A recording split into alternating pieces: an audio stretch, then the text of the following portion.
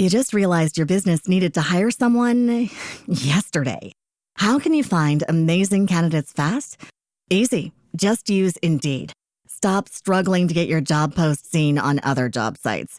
With Indeed sponsored jobs, your post jumps to the top of the page for your relevant candidates, so you can reach the people you want faster. According to Indeed data, sponsored jobs posted directly on Indeed have 45% more applications than non-sponsored jobs. Don't wait any longer. Speed up your hiring right now with Indeed. And listeners of this show will get a $75 sponsored job credit to get your jobs more visibility at Indeed.com/ARTS. Just go to Indeed.com/ARTS right now and support our show by saying you heard about Indeed on this podcast. Terms and conditions apply. Hiring? Indeed is all you need. சிவகாமியின் சபதம் பாகம் 3 32ஆம் அத்தியாயம். இரத்தம் கசிந்தது. மாமல்லர் கீழே விழுந்து விடுவாரோ என்ற பயத்தினால் பரஞ்சோதி அவருடைய கரத்தை பிடித்து கொண்டார். இருவரும் பேச இழாமல் ஆயனரை பார்த்தபடி நின்றார்கள். மீண்டும் ஆயனர், பல்லவகுமாரா, சிவகாமி எங்கே? என் செல்வ கண்மணி எங்கே? ஆயன சிற்பியின் அருமை குமாரி எங்கே? மகேந்திர பல்லவரின் சுவீகார புத்திரி எங்கே? பரத கண்டத்திலேயே இணையற்ற நடன கலாராணி எங்கே? என்று வெறிகொண்ட குரலில் கேட்டுக்கொண்டே போனார். மாமல்லருடைய உள்ளமானது பெரும் புயல் அடிக்கும்போது கடல் கொந்தளிப்பது போல் கொந்தளித்தது. ஆயினும் சிவகாமிக்கு என்ன நேர்ந்தது என்று தெரிந்து கொள்ளும் ஆவலினால் பல்லை கடித்து மனத்தை உறுதிப்படுத்தி கொண்டு பசையற்ற வறண்ட குரலில், ஐயா, தயவு செய்து மனத்தை நிதானப்படுத்திக் கொள்ளுங்கள். சிவகாமி எங்கே என்று நான் அல்லவா தங்களை கேட்க வேண்டும்? சிவகாமிக்கு என்ன நேர்ந்தது? சொல்லுங்கள் என்று கேட்டார். ஆயனருடைய வெறி அடங்கியது. அவருடைய உணர்ச்சி வேறு உருவங்கொண்டது. கண்ணில் நீர் பெருகிற்று. ஆமாம் பிரபு, ஆமாம், என்னைத்தான் தாங்கள் கேட்க வேண்டும். சிவகாமியை இந்த பாவியிடம்தான் தாங்கள் ஒப்புவித்திருந்தீர்கள். நான் தான் என் கண்மணியை பறிகொடுத்து விட்டேன். ஐயோ, என் மகளே, பெற்ற தகப்பனே உனக்கு சத்ருவானேனே என்று கதறிய வண்ணம் தலையை குப்புற வைத்துக்கொண்டு விம்மினார். ஆயனரின் ஒவ்வொரு வார்த்தையும் நரசிம்மவர்மரின் இருதயத்தை வாளால் அறுப்பது போல் இருந்தது. சிவகாமி இறந்து போய்விட்டாள் என்றே அவர் தீர்மானித்து கொண்டார்.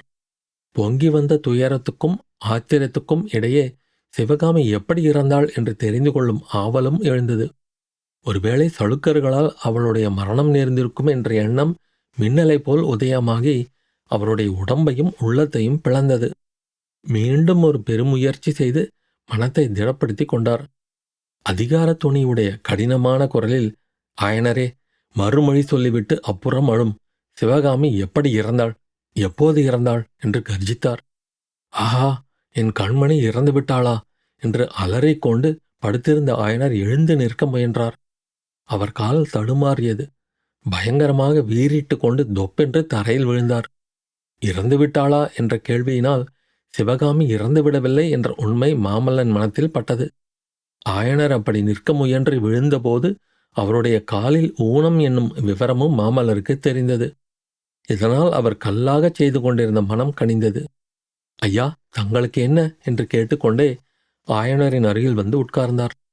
ஐயா, தங்கள் கால் முறிந்திருக்கிறதே, இது எப்படி நேர்ந்தது என்று இரக்கத்துடன் வினவினார். மலையிலிருந்து விழுந்து கால் முறிந்தது. என் கால் முறிந்தால் முறியட்டும். சிவகாமி இறந்துவிட்டதாகச் சொன்னீர்களே, அது உண்மைதானா என்று ஆயனர் கேட்டார். ஐயா, சிவகாமியை பற்றி எனக்கு ஒன்றுமே தெரியாது. போர்க்களத்திலிருந்து நேரே வருகிறேன். நீங்களும் சிவகாமியும் காஞ்சியில் சௌக்கியமாயிருப்பதாக எண்ணியிருந்தேன். நீங்கள் எப்படி இங்கே வந்தீர்கள்? சிவகாமியை எப்போது பிரிந்தீர்கள்? அவள் இறந்து போய்விடவில்லை அல்லவா என்று மிகவும் அமைதியான குரலில் பேசினார் மாமல்லர். இதற்கு மாறாக அலறும் குரலில், ஐயோ, சிவகாமி இறந்து போயிருந்தால் எவ்வளவோ நன்றாயிருக்குமே என்றார் ஆயனர். ஐயா, சிவகாமிக்கு என்னதான் நேர்ந்தது? ஐயோ, எப்படி அதை சொல்வேன்? எல்லாம் இந்த பாவியினால் வந்த வினைதான். பிரபு, சிவகாமியை சளுக்கர்கள் சிறைப்பிடித்து கொண்டு போய்விட்டார்கள். என்ன என்ன என்று மாமல்லர் கேட்ட தொனியில் உலகத்திலேயே கண்டும் கேட்டும் இராத விபரீதம் நடந்துவிட்டதென்று அவர் எண்ணியது புலனாயிற்று. ஆம் பிரபு, சிறைப்பிடித்து கொண்டு போய்விட்டார்கள். தாங்கள் சளுக்கர்களை தொடர்ந்து போனது பற்றி கேள்விப்பட்டபோது சிவகாமியை விடுவித்துக் கொண்டு வருவீர்கள் என்று நம்பியிருந்தேன். என்னை ஏமாற்றி விட்டீர்கள். ஆனால் உங்கள் பேரில் என்ன தப்பு? எல்லாம் இந்த பாவியினால் வந்ததுதான். சித்திரம் சிற்பம் என்று பைத்தியம் பிடித்து அலைந்தேன். என் உயிர் சித்திரத்தை, ஜீவ சிற்பத்தை பறிகொடுத்து விட்டேன். ஐயோ, என் மகளுக்கு நானே யமனானேனே. இவ்வாறெல்லாம் ஆயனர் புலம்பியது மாமல்லரின் காதில் ஏறவே இல்லை. சிவகாமியை சளுக்கர் சிறைப்பிடித்துச் சென்றார்கள் எனும் செய்தி ஒன்றுதான் அவர் மனத்தில் பதிந்திருந்தது. சிறிது நேரம் பிரமை பிடித்தவர் போல் உட்கார்ந்திருந்தார். பிறகு தொண்டையை கனைத்து கொண்டு மிக மெலிந்த குரலில், சிற்பியாரே, இதெல்லாம் எப்படி நடந்தது? காஞ்சியிலிருந்து நீங்கள் ஏன் கிளம்பினீர்கள்? சிவகாமி எப்படி சிறைப்பட்டாள்? உங்கள் கால் எப்படி ஒடிந்தது? அடியிலிருந்து எல்லாம் விவரமாகச் சொல்லுங்கள் என்றார். ஆயனரும் அவ்விதமே விவரமாகச் சொன்னார். தட்டுத்தடுமாறி இடையிடையே விம்மிக் கொண்டு சொன்னார். மாமல்லர் கேட்டுக்கொண்டிருந்தார். அச்சமயம் உரையிலிருந்து எடுத்த கத்தியை அவர் கையில் வைத்துக் கொண்டிருந்தார்.